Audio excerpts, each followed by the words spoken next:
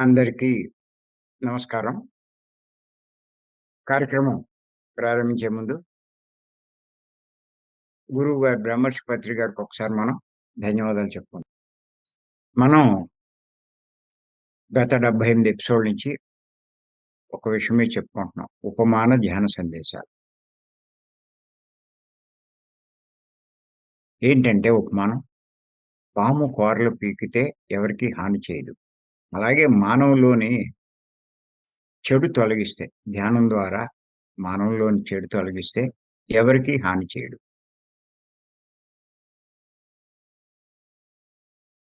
నా ఉపమానం గురించే చెప్పుకుంటున్నాం. ఈరోజు 73 పార్ట్ అందులో.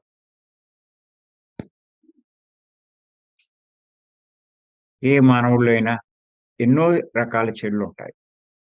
ఆ చెడులు ఎన్ని రకాలో ఇంచుమించు 72 ఎపిసోడ్‌ల నుంచి కూడా మనం చెప్పుకుంటున్నాం.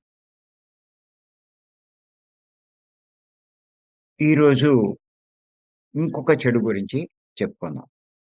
ఏంటంటే చెడు అలవాట్లు.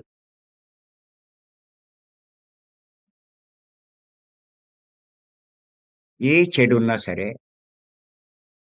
నష్టం కలిగిస్తుంది, కష్టాలు తెస్తుంది, ఇబ్బందులకు గురి చేస్తాయి. వాటి ఫలితం మనం చేసిన చెడు యొక్క ఫలితం బాధాకరంగా కూడా ఉంటుంది. అంతేకాదు మనం ఎన్నో జన్మలు వృధా చేసుకోవాల్సొస్తాయి. అంచేత ఎవ్వరైనా సరే జీవితంలో ముందు చేయవలసిన పనేంటంటే, వారిలో ఉన్నటువంటి చెడు తొలగించుకోవాలి. ఫస్ట్ చేయవలసిన పని అది.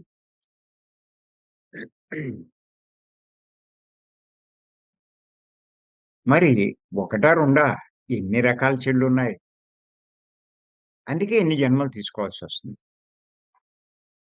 మనం కొంచెం ప్రయత్నిస్తే అంటే ఈ ధ్యానం ద్వారా చాలా తొందరగా అన్నీ తొలగించుకుంటాం.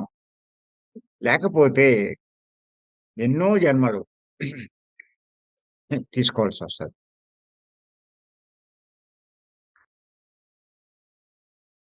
సహజంగా ఒక చెడు పని చేసి దాని ఫలితం అనుభవిస్తూ ఉంటే ఆ బాధ భరించలేక ఆలోచిస్తాం. నాకెందుకొచ్చింది ఈ కష్టం అని చెప్పి.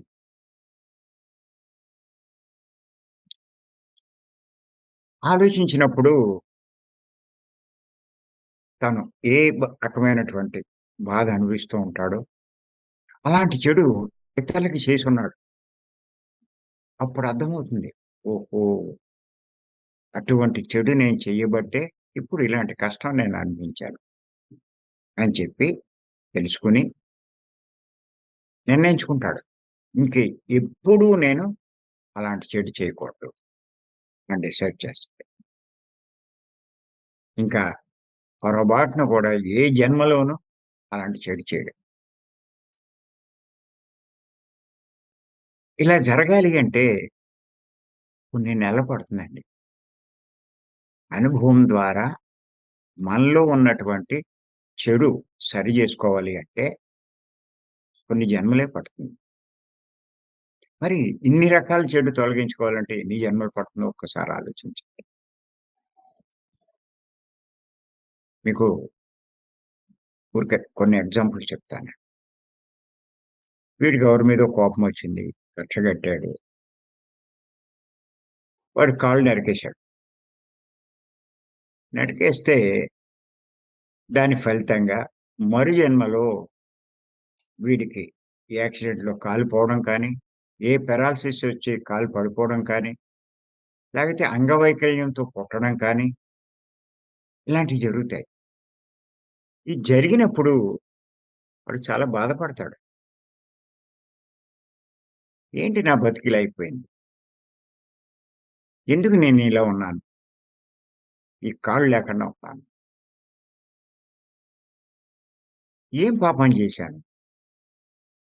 సాధారణంగా కష్టం వచ్చినోళ్ళు ఏ దేవుడినో అర్థిస్తారు, ప్రార్థిస్తారు. అలా ప్రార్థించేటప్పుడు అంతర్మథనం జరుగుతుంది. నేను చేసిన పాపం ఏంటి? ఇప్పుడు అర్థమవుతుంది. ఇలాంటి హాని ఎవరికో చేశాను. అందుకే నా బతుకు ఇలా అయ్యింది.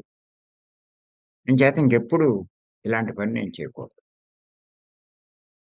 వాడు లేపోతే నేనెంత బాధపడుతున్నానో, అవతల వాడు కూడా అంతే బాధపడతాడు కదా!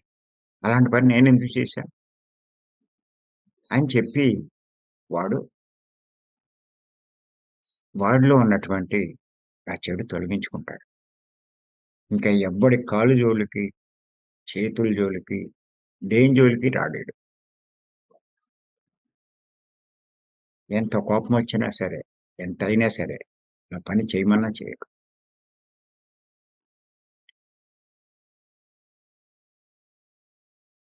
ఇది అనుభవపూర్వకంగా తనలో ఉన్న చెడు సరి జేసుకోవడం.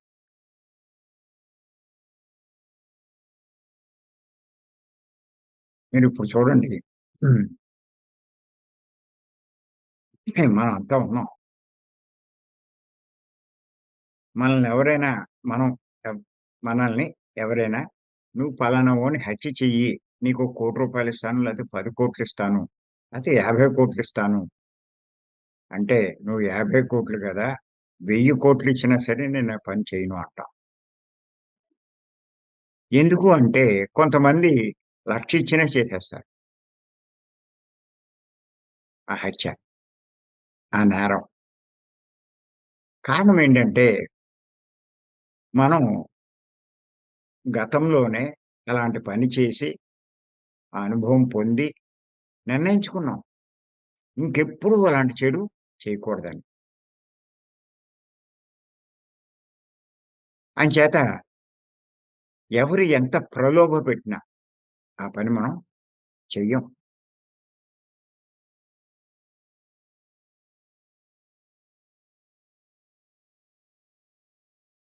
అటువంటి పని మనం చెయ్యం. ఈ అనుభవాలు అయిపోయినియి. అలాగే ఇంకా మనకి చాలా అయినియి. అందుకే చాలా తప్పులు చెయ్యం. చాలా చెడులు చెయ్యం మనం. కానీ ఇంకా సరి చేసుకోవాల్సినవి చాలా ఉన్నాయి. ఇది అనుభవం ద్వారా మనలో సరి చేసుకున్నాం మనం. మనలో మార్పు తెచ్చుకున్నాం. అనుభవం ద్వారా. కానీ పత్రి గారు ఏం చెప్పారంటే, ఇలా కొన్ని జన్మలు తీసుకొని ఒక్కొక్క చెడు తొలగించుకుంటే, ఈ చెడులన్నీ తొలగించుకోవాలంటే నీకు ఎన్ని జన్మలు పడతాయి. ఇది ఒక జన్మలోనే సరి చేసుకునే అవకాశం ఉంది. అదే శ్వాస మీద ధ్యానం అని చెప్పారు. ఆయన ఏమన్నారంటే, ఈ శ్వాస మీద ధ్యానాన్ని ఒక కేటలిస్టు అని చెప్పి అన్నారు. అంటే మీరు చూడండి, మీరు బట్టలు శుభ్రం చేయాలంటే బండకేసి బాదుతూ ఉంటారు సహజంగా. పూర్వం చాకలోళ్ళు అది చేసేవారు. కానీ ఇంత శ్రమ అక్కర్లేకుండా సర్ఫ్ పౌడరేసి దాంట్లో జాడిస్తే దాని మురికంతా తేలిగ్గా పోతుంది. చూడండి ఎంత తేలిగ్గా ఆ పని చేయగలిగాం. దాని మురికి వదిలించగలిగాం. బండగేసి కష్టపడి బాదవలసిన పనే లేదే. అంతకన్నా శుభ్రంగా శుద్ధయిపోతుందే ఇది. దేనివల్ల అంటే దీనివల్లే సర్ఫ్ వల్ల. అలాగే ఈ చెడు ఒక్కొక్క జన్మో, 2 జన్మలో, 3 జన్మలో తొలగించుకోవాలంటే ఎన్ని జన్మలు పడతది? అదేమీ అవసరం లేకుండా ఈ ధ్యానం శ్వాస మీద ధ్యానం చేస్తే ఒక జన్మలోనే ఎన్నో రకాల చెడులు మనం తొలగించుకోవచ్చు. చెడు చేయడానికి మనసే కారణం. ఆ మనసును శుద్ధి చేస్తే చెడు చేయమన్నా చేయదు. అంచేత అటువంటి మార్గంలోకి మనం వచ్చాం. అంచేత మనం ఈ ధ్యానాన్ని తీవ్రంగా చేస్తూ ఆ మనసును శుద్ధి చేసుకుంటే మనలో ఉన్నటువంటి ఎన్నో రకాల చెడులు మనం తొలగించుకోగలుగుతాం. మరి ఆ పనే మనమంతా చేస్తున్నాం. నిన్నటిదాకా భీమవరంలో ఉన్నాం. 3 రోజులు అద్భుతంగా ధ్యానం చేశాం. మళ్ళా ఈరోజు మార్నింగ్ మళ్ళా 4 గంటలకల్లా మళ్ళా మనం జాయిన్ అయ్యాం. అంతలా ఈ ధ్యానాన్ని అంటే ఈ క్యాటలిస్ట్‌ని ఉపయోగించుకుంటున్నాం. మనలో చెడు తొలగించుకోవడానికి. అది. అంచేత ఈరోజు ఇంకొక చెడు గురించి మనం చెప్పుకుందాం. ఏంటంటే చెడు అలవాట్లు.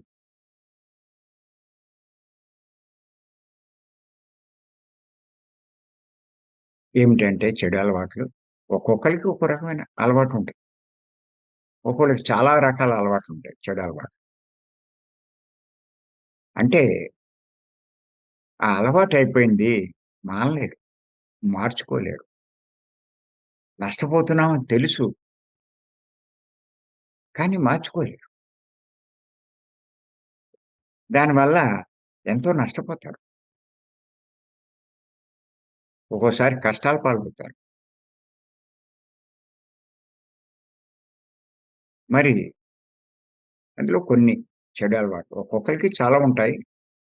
కొన్ని చెప్పుకుందాం. ఆలస్యంగా నిద్రపోవడం. ఇది అలవాటయిపోయింది ఆళ్ళకి. నిద్ర పట్టదు నాకు అంటాడు. అలా 12, 1 2 దాకా మేలుకొనుంటారు. అలా ఆలస్యంగా పడుకున్నవాడు ఏం చేస్తాడు? ఆలస్యంగా లేస్తాడు. లేవలేడు. 7 8 9 మరి చూడండి. పొద్దున్నే లేస్తే ఎన్ని పనులవుతాయి? ఎన్ని పనులు చక్కబెట్టుకుంటాడు. ఉద్యోగానికేటి టైంకి వెళ్తాడు. లేకపోతే పరుగులు, పరుగులు పెట్టాలి. ఒక్కోసారి లేటవుతుంది. ఇలా ఇబ్బంది పడుతూ ఉంటాడు. ఆడవాళ్ళైనా సరే పెందరాడే లేస్తే ఇన్ని పనులు బాగా చేసుకుంటారు. తీరుబడిగా చేసుకుంటారు. లేట్‌గా లేస్తే హడావుడి అయిపోతుంది. అంచేత ఏంటి అంటే ఏమో అలవాటయిపోయింది లేవలేకపోతున్నానంటారు. ఇలా నష్టపోతారు. అలాగే సమయానికి తినకపోవడం. మరి నిజంగా ఆ తినడం అన్నది ఒక టైమ్ మెయింటైన్ చేస్తే ఆ జీర్ణం కోసం కూడా బాగా పనిచేస్తుంది. ఆ టైం కాకుండా టైము తప్పి మనం తినడం వల్ల జీర్ణకోశానికి కొంచెం ఇబ్బందవుతుంది. అంతేత సమయానికి తినాలంటారు. ఆ టైమవుతే తినడమే. ఎక్కువో, తక్కువో అది. ఇది కూడా ఒక చెడు అలవాటే. ఆ! నాకు అలవాటే లేరా అంటారు. ఆడికి అలవాటే. కానీ వాడి ఆరోగ్యాన్ని అది దెబ్బతీస్తుందన్న సంగతి ఆడికి తెలీదు.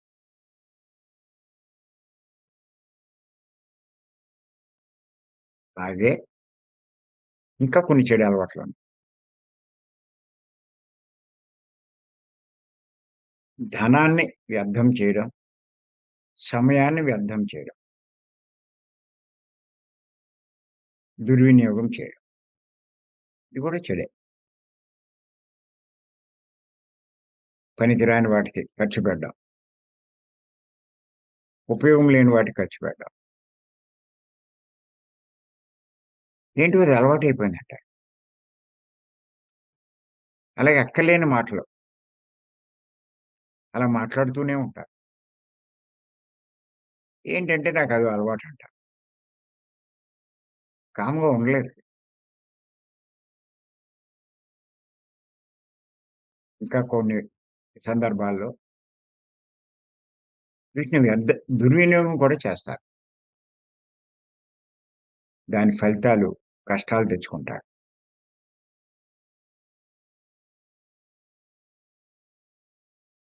ఇలా ఎన్నో రకాలు, ఎన్నో రకాలు. మనకుండేటువంటి వ్యసనాలన్నీ కూడా అలవాటయిపోయినియి. మానలేరు.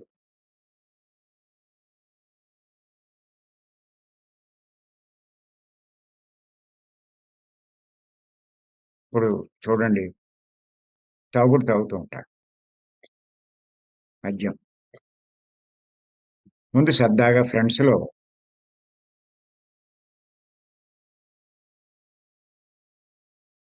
ఊరికే సరదా కోసం అందరితో పాటు తాగుతారు. కొన్నాళ్ళు తాగేసరికి అది అలవాటయిపోద్ది. ఇంక అక్కడి నుంచి మానలేరు. అది లేకపోతే ఆళ్ళు మనసు స్థిమితంగా ఉండదు. దానికోసం చాలా డబ్బు ఖర్చు చేస్తారు. స్పృహ కోల్పోతారు. మాట సరిగ్గా రాదు. శరీరం సరిగ్గా నిలబడదు. ఇంట్లో గొడవలు పడతాడు. అశాంతికి లోనవుతాడు. మానరా అంటే ఏం చేయను అలవాటయిపోయిందంట. తెలుసు ఎంతో డబ్బు ఖర్చయిపోతుంది. ఇంట్లో పిల్లల కోసం, కుటుంబం కోసం ఖర్చు పెట్టవలసిన డబ్బు దానికి ఖర్చు పెడుతున్నాం అన్న సంగతి కూడా ఆళ్ళకి తెలుసు. మానాలనుకుంటారు మానలేరు. ఎందుకు అంటే అలవాటు. ఇలా ఎన్నో రకాలైనటువంటి అలవాట్లు చేసుకుంటారు కొంతమంది.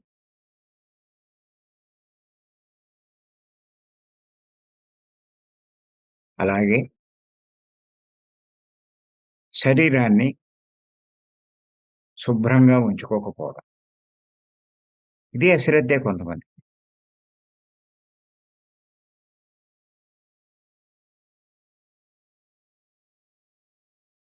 వేళకి స్నానం చేయరు, సరైన బట్టలేసుకోరు, చూసేవాళ్ళకి చిరాకుగా ఉంటుంది. ఏంటి అంటే, అంతే వాడి అలవాటది. మార్చుకోడు. మార్చుకోలేడు.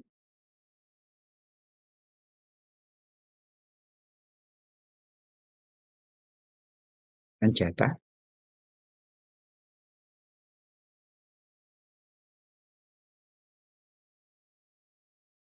ఈ చెడు అలవాట్లన్నవి మానవుడికి ఎంతో నష్టం కలిగిస్తాయి. ఈ అలవాటన్నది మనసుకు సంబంధించింది. నిజంగా కూడా మనసుకి మంచివి అలవాటు చేయండి. మీరు కావాలంటే తెలుసుకోండి. ఏవి మంచివి, ఏవి చెడు. చెడన్న దాంట్లో మీరు మొదలు పెడితే ఇక దాన్ని వదిలించుకోలేరు. అంచేత అది మొదట్లోనే మనం దాన్ని ఖండించాలి. దాంట్లోకి మనం వెళ్ళకూడదు. ఈ జీవితం అంతా నష్టపోతాడు.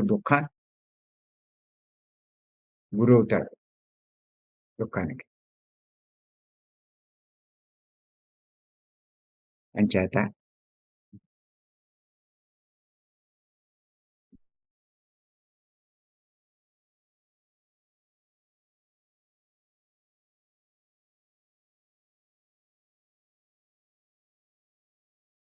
ఈ చెడు అన్నది మనసుకు సంబంధించింది. అది అలవాటు చేసుకునేప్పుడు మంచి అలవాటు చేసుకోండి. జీవితం అంతా లాభం వస్తుంది కదా! సరే. తెలుసో తెలియకో దాంట్లో పడిపోతారు. అలవాటైపోతుంది. మానలేరు. మానాలనుకుంటారు మానలేరు. అలాంటి వాళ్ళు తీవ్ర ధ్యాన సాధన చేసినట్లయితే సాత్వికమైన శాకారం తీసుకుంటూ మెల్లిమెల్లిగా, మెల్లిమెల్లిగా ఈ అలవాట్లోంచి బయటపడతాడు.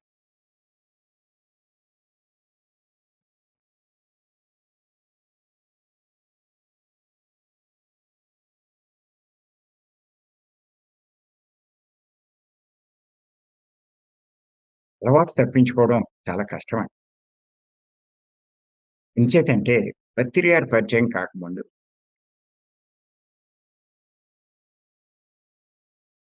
నాకు విగ్రహారాధన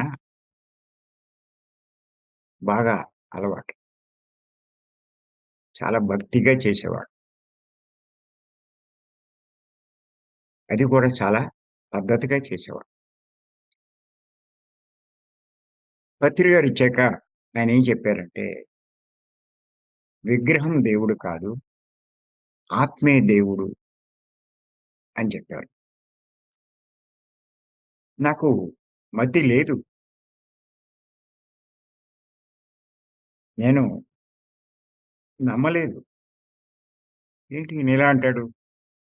ఇన్ని కోట్ల మంది ఆ పూజలయి చేస్తున్నారు, ఆరాధిస్తున్నారు. విగ్రహం దేవుడు కాదంటాడేంటి అని.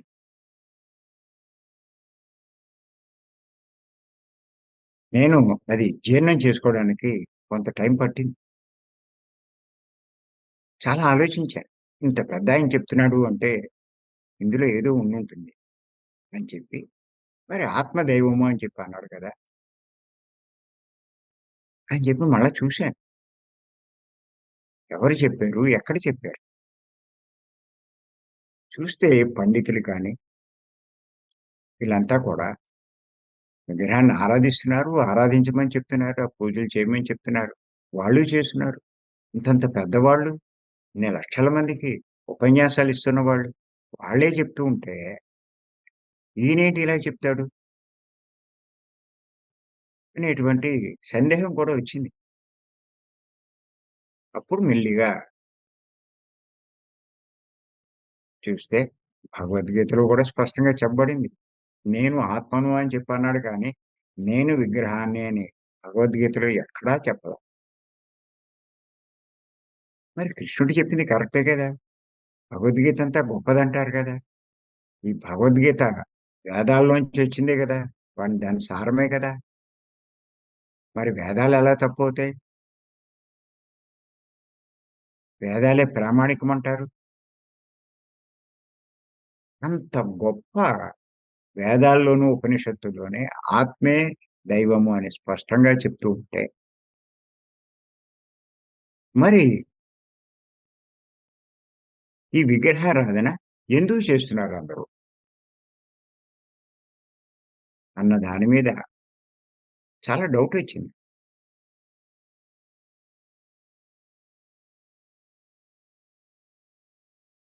అప్పుడు నాకు ఆ టైంలోనే 'సత్యార్థ ప్రకాశం' అని స్వామి దయానంద సరస్వతి రాసినటువంటి పుస్తకం ఇప్పుడు దొరికింది. దొరకడమే ఏంటి, మొత్తం మీద ఏదో దాన్ని కూడా కొనడం జరిగింది. అది చదివాను. ఆయన కూడా ఇలాగే విగ్రహారాధన చేసేవాడన్నమాట. బ్రాహ్మణ కుటుంబంలో జన్మించినటువంటి చిన్న పిల్లవాడైనా అప్పుడు చాలా అధ్యయనం చేశాడు వేదాల దాకా. అలా వెనక్కి వెళ్తే వేదాల దాకా వెళ్ళిపోయాడు. వేదాల్లో చూస్తే ఎక్కడ విగ్రహారాధన లేదు. మరి ఎప్పటి నుంచి వచ్చింది అని చెప్పి ఆయన ఏం చేశాడంటే మళ్ళా ఎదరకొచ్చాడు. వస్తే మధ్యలో ఎప్పుడో ఇది ప్రవేశపెట్టబడింది. వేదకాలం నాడు ఏమి లేదు. కానీ తర్వాత ప్రవేశపెట్టబడింది.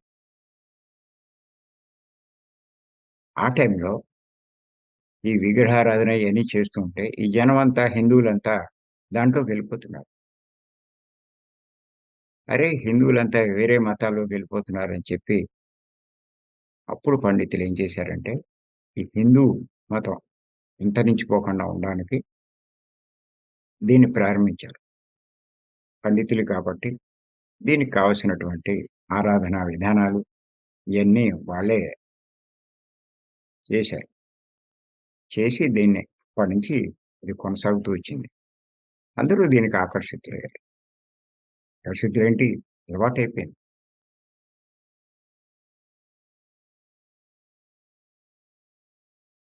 ఇంచేత ఆత్మదేవుడు అన్నది ఎవరు దాన్ని పట్టించుకోవట్ల.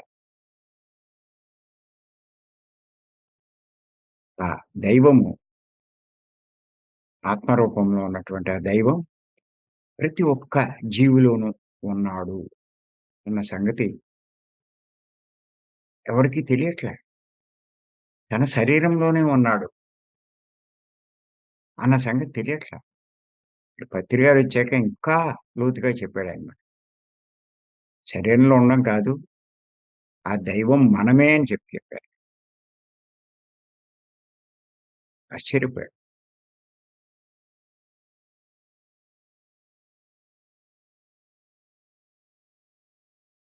మరి నిజంగా ఇన్ని చిన్ననాటి నుంచి ఇది అలవాటయింది. ప్రతి ఒక్కళ్ళకి అలవాటయింది.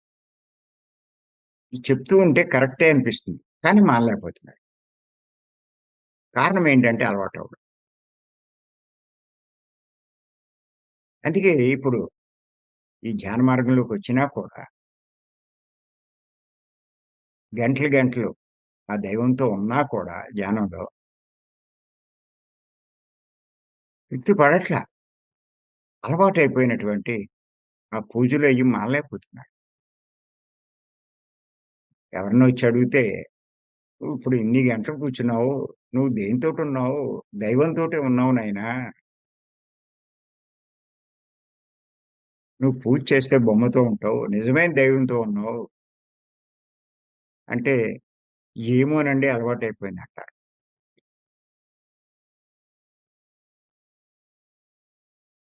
కానీ అలవాటు మారాలి అంటే తెలుసుకోవాలి అన్నీ. సత్యం తెలుసుకోవాలి. కొంత జ్ఞానం పొందాలి. బుద్ధి వికసింప చేసుకోవాలి. ఇయన్నీ ఉంటేనే మీలో ఇయన్నీ అర్థమవుతాయి తప్ప, లేతే లేదు. నువ్వు అర్థం చేసుకొని ధ్యానం చెయ్యి. నీ అలవాటు ఖచ్చితంగా మారిపోతుంది. ఏది నీకు నష్టం కలిగిస్తుందో, ఆ అలవాటు ఖచ్చితంగా మార్చుకోవాల్సిందే. అందుకే నేనంటాను, ఈ పనికిరానియన్నీ పోవాలి అంటే, ఏదో ఒక నెల, 2 నెలలు మీరు భీమవరం వచ్చి ధ్యానం చేస్తే సరిపోదు. కొన్ని నెలలు పాటు మీరు దీక్షగా చేస్తే, అప్పుడు మీలో ఉన్న మార్పొస్తుంది. మీకు తెలియకుండానే మీ వ్యసనాలు వదిలేస్తారు. దురలవాట్లు వదిలేస్తారు. మీ అలవాట్లు వదిలేస్తారు పనికిరానివి. ఇలా అన్నీ మారిపోతాయి మీకు. చేతే చేయమంటాను. ఆహారం విషయంలో చాలా స్ట్రిక్ట్‌గా పాటించమంటాను. ప్రయాణాల్లో కానీ, బంధువుల ఇళ్ళకి వెళ్ళినప్పుడు గానీ, ఫంక్షన్స్‌లో కానీ, ఆహార నియమాలు మీరు చాలా స్ట్రిక్ట్‌గా పాటించాలని చెప్తాను. మరి ఈ పాటించినట్లయితే ఒక్కొక్క చెడు అలవాటు మెల్లిమెల్లిగా మనం తొలగించుకోవచ్చు. అంచేత ధ్యానం యొక్క గొప్పతనం తెలుసుకోండి. మనిషిని మార్చగలిగేది. మనిషిలోని చెడు తొలగించగలిగేది. మానవుడిని మాధవుడిగా చేసేది. అంత గొప్పది ఈ శ్వాస మీద ధ్యాస జరు. మీరు శ్వాస మీద ధ్యాస తప్ప ఇంకే రక ధ్యానం చేసినా ఉపయోగం లేదు. మార్పు రాదు. ఊరికే తృప్తి పడతారు చేశామని. కళ్ళు మూసి కూర్చున్నామని. కూర్చోవడం కాదు ఫలితం రాదు. మార్పు రావాలి. అంచేత మరి గుర్తుపెట్టుకోండి. ఈ చెడు అలవాట్లు కూడా మనకెంతో నష్టం కలిగిస్తాయి. జీవితాన్ని నష్టపెడతాయి. మనం చేసే తీవ్ర సాధనతో వీటిని కూడా మనం సరి జేసుకోవచ్చు. మరి అవకాశం ఇచ్చిన మీ అందరికీ మరొక్కసారి